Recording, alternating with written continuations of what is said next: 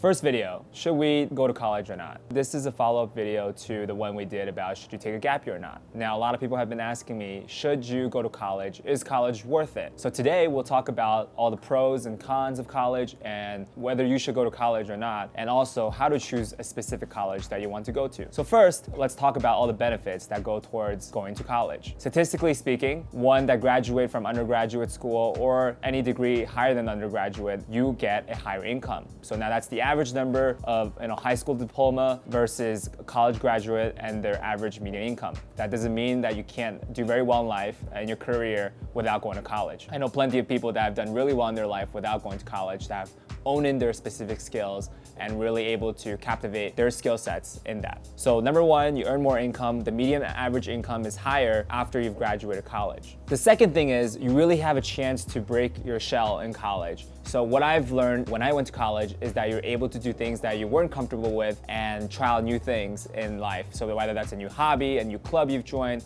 social groups that you've joined, dancing, whatever it is, you get an opportunity to go to a club and try something new, break out your shell, meet new people, and that goes to our third thing, meeting like-minded people. So a really cool thing with college, I think that's truly unreplaceable by the internet or the future of online school, which I'm a huge believer in, is the component of socializing, networking with people that you get to meet and hang out with for the rest of your life. I work with a lot of people that I met during college. I have investors that have gone to school that are alumni. Yeah, so I think that's a huge benefit of going to school. Another great thing in college, outside of what you learn in class, is finding direction. So it's actually a good thing and a bad thing. So you really get a chance to see what your peers are doing. You get to learn from them and you influence each other on what career choices that they're taking, what internships that they're taking, so that you can kind of see where you want to do and get some references from your peers. That's a really cool thing that I got to learn in college, is to see what my peers are doing. Now, here's the bad thing. You might be peer pressured into going into a specific field because everyone around you is doing the same thing. So for me, when I went to Wharton, everyone is going to consulting, engineering, and banking. Those are the three main things that people go into. But there are hundreds of millions of jobs out there for different positions that's certainly not captured in a school like mine, where I did go to the Wharton School of Business, so it's mostly business focused, but it doesn't capture all the jobs that are available out there. So I think you should really focus on what you love and find out what you love in those 4 years. But use those references and have no pressure on what your peers are doing. Don't be peer pressured into choosing a job that you don't really like. But you're young, try the job, go through an internship and see if you love it or not. And time is on your side. So this is a great time to explore different career opportunities, new hobbies. And that brings us to our fourth point. You really get to have an opportunity to travel abroad, whether through the school program, travel abroad program, or through just traveling with friends to different countries that you meet during college. So all those things are really great opportunities for going to college. Now, let's talk about some cons. College can be quite expensive. And I think this is a point that when people say, hey, should I go to college or not? They're talking about, should I pay this expensive tuition or not? And do you need college to succeed in life? Here's my take. I think one should go to college if you're looking for a post-professional job, meaning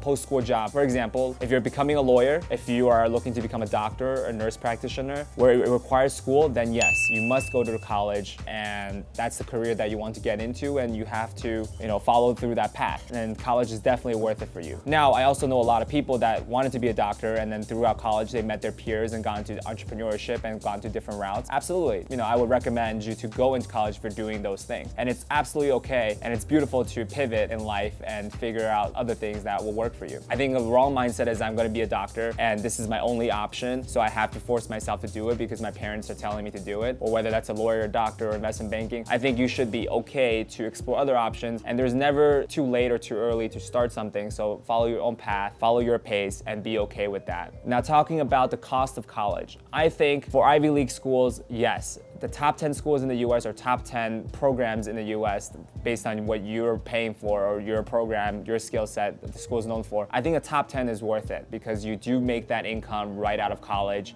to pay up those debt that you owe. So, if it's $150,000 for the 4-year program, I think that'll be worth it if you're going to top 10 school currently. Outside of top 10 school, I don't think it's worth it to pay for that same rate of $150,000. I think you should go for a more affordable option if you're taking on student loan. Now, If your family's paying for your school, or you have a fund that's saved up to pay for your school, that's also a different story. But for those of you that's looking to take on a loan to go into a non-top 10 school, I would reconsider and find scholarships or even community colleges or state school that are much lower in cost. So it's more worthwhile for you to experience all those things without having to shell out that much money. I think the key is, yes, top 10 schools, it's the ROI is there for you to invest that $150,000 and the 4 years or 5 years that you're going to put into undergrad. But if you're not going to the top 10 school, it is not worth the $150,000 because the median income is just not there to make up that return. Well, actually the marginal utility is just not that different for one going to a community college or state school versus a top 20 school. That doesn't really make a difference, but you're paying a lot more for that school than your state school. So that's my take. If you have questions about that, please leave a comment. I would love to address any questions that you have about the college application process, about which college you should choose and for your path. And to answer the question for this video, should you go to college? I think it depends. If you're going to a pre-professional route that requires college, yes, you must go into a good school. Now, if you have a skill set that you truly believe in, whether it's in art, in videography, in creating design, there are a lot of ways, or coding, that you can actually learn online without having to go to college and be able to get an internship without going to college, as long as you network and apply yourself. Now, this doesn't mean that you can be successful without college without working hard. I think the key here is you have to be hardworking and be kind and be patient in all things you do, whether you go to college or not. The difference in median income through college versus not college is not because one went to college, but the people that go to college are usually harder working and they have better references on where to apply to job because of that community, rather than